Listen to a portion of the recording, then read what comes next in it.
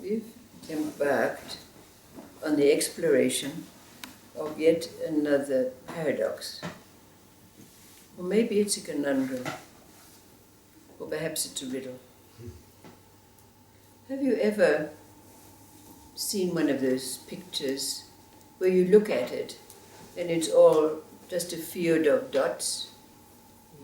And then when you fix your gaze on it, your perception changes and you see an elephant or a giraffe. Then you blink your eyes and it comes back to being a field of dots again. Does that mean that the elephant or the giraffe is always there and we just don't see it? You know, I have a buzzing in my right ear that's called tinnitus. But sometimes it's there and sometimes it's not. Does that mean it's sometimes there and sometimes not? Or is it that it's always there and just sometimes I'm not hearing it? So there was a king.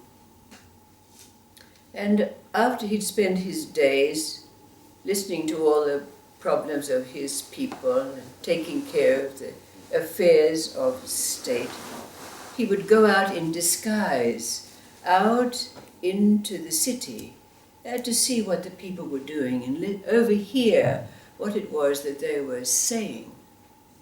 And one night when he was out walking around, he happened to pass a garden in which there were 4 young girls talking. And he stopped to listen to what they were saying. And the first girl said, "Meat is the sweetest thing of all." And the second girl said, "No, not meat. Wine is the sweetest thing of all."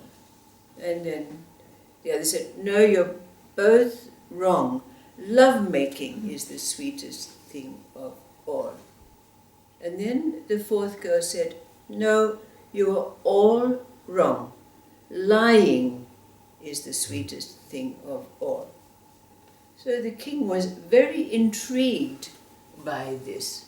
So he watched these young girls and watched where they each went home.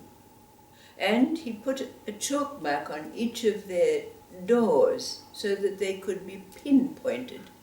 And the very next day, when he got up, he asked one of his courtiers to go out and find out whose father these girls were, because it was in that country in a long time ago where girls were protected. And so the courtier went off and found the doors that had the chalk marks on them, and he brought back the fathers of each of these girls to the king. The king said, "I want to see your daughters." And each of the men said, "Well, this is not proper, really, because you're a man." He said, "No, I'm the king, and so I'm also their father. But we'll make sure that someone is in presence when these girls are seen." So palanquins were sent to the houses of these 4 girls, and they were brought back to the palace. And then the first girl was brought in to the presence of the king.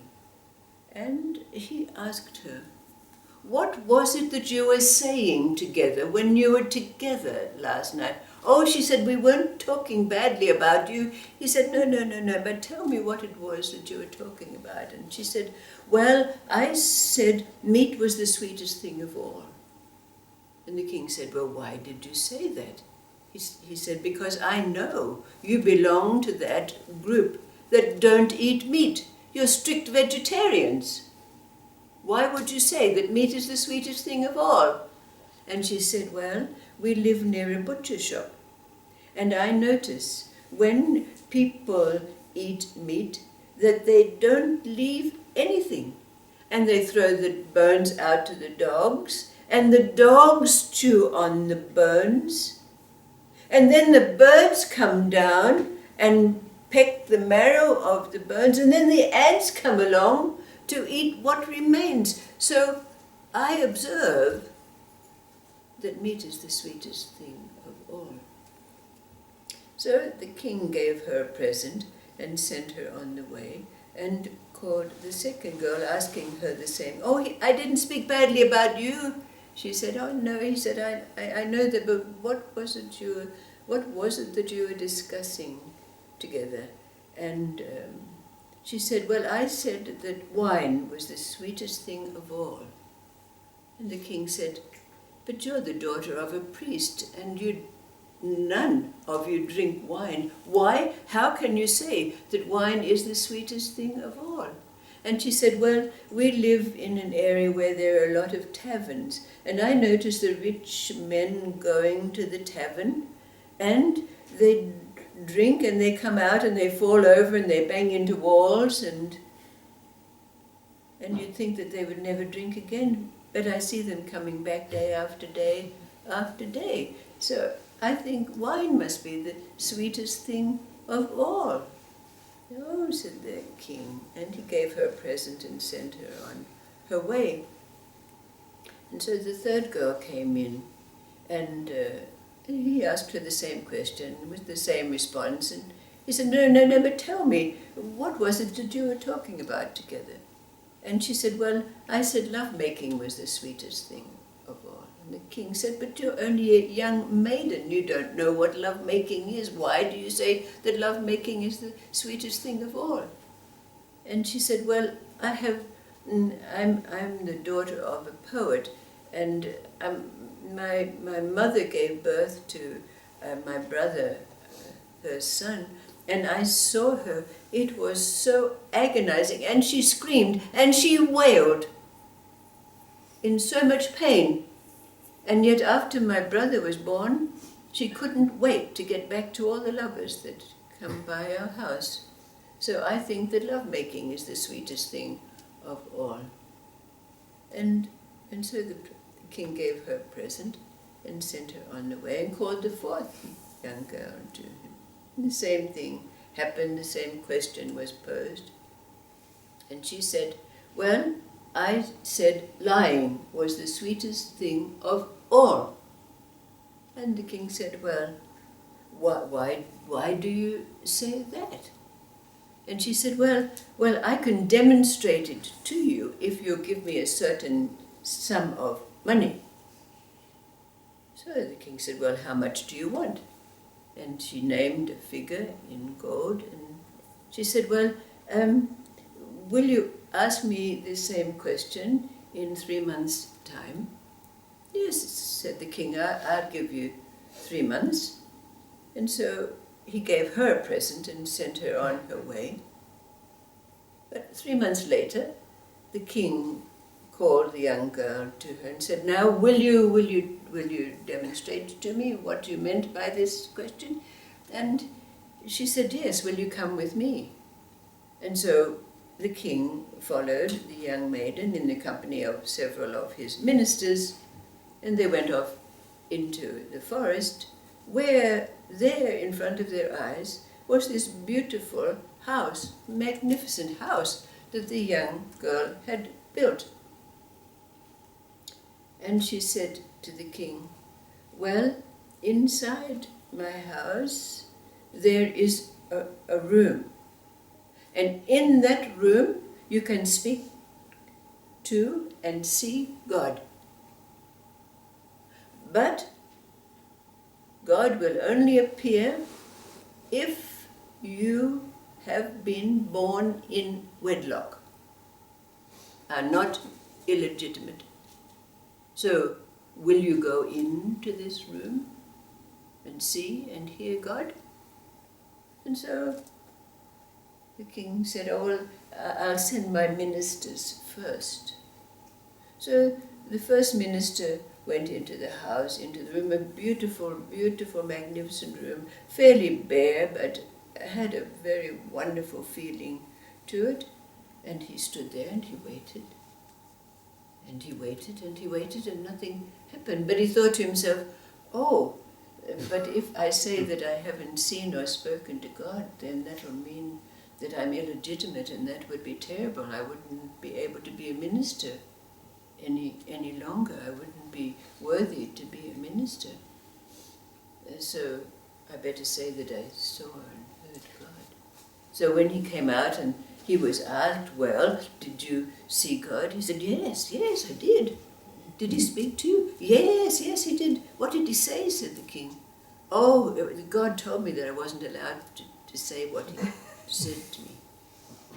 So the second minister was sent in, and the same thing happened. Into this beautiful, he thought, if I don't, say, well, so when he came out, the same questions were asked, virtually the same answers were given. So then it was the king's turn to go in, and of course when he goes into the room, nothing, not a sound, not a sight.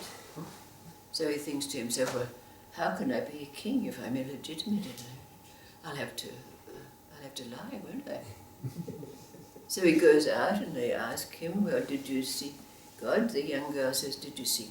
Yes. Did you speak to? Yes, he said. And so she looked at all three of them and she said, you know that God is spirit. So how can he be seen or heard? And the king was very embarrassed. He said, yes, you're right. I didn't see God, I didn't hear God. And then, of course, the other two ministers had to admit that they hadn't heard anything or seen anything, neither. So then the young woman gave a reply to the king, and she said, you see, lying. And after her answer was given, the king was so impressed with this young woman, of course, we can glean the end of the story. He decides to marry her, and she becomes his trusted confidant and advisor. But the question, of course, leaving this story a little bit unanswered, is what did this young girl say to the king when she said, you see, lying is? What would you imagine that this young girl said to the king about lying? Remembering that we're embarking on this inquiry as to this paradox, conundrum, riddle. Form is emptiness, and emptiness is form. This is a paradox. Form is emptiness, and emptiness is form.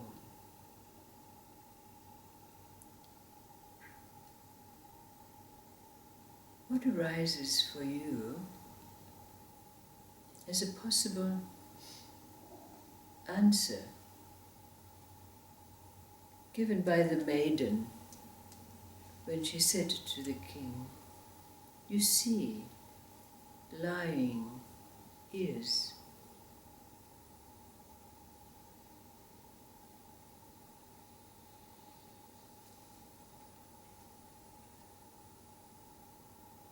Not making it real? Not making it real. It's like in what you said about your ear, you can make it real. You can hear it, or can not be hear it. real if in the moment, but not real later. Hear it, or see it, or not see it. But what's that got to do with this story and lying? It's relative to the meat and the wine and the perception. So I wonder how that aids us in our exclamation. What was that word again? Plural. Exploration into form is emptiness and emptiness is form. Well, they're attached to their position, and they're attached to what came with the position, and because they're attached to it, and there was their perception that if they said this, they'll lose it, so they're attached to the position. So instead of being in truth, they decided to move into. So simplify it, and what does it bring us down to? Like people can say, I only believe what I see, and so forth.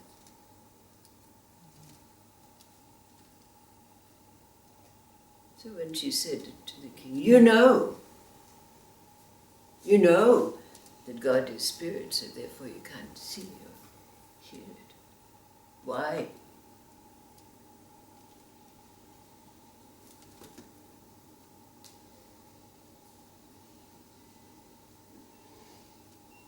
Lying is sweet.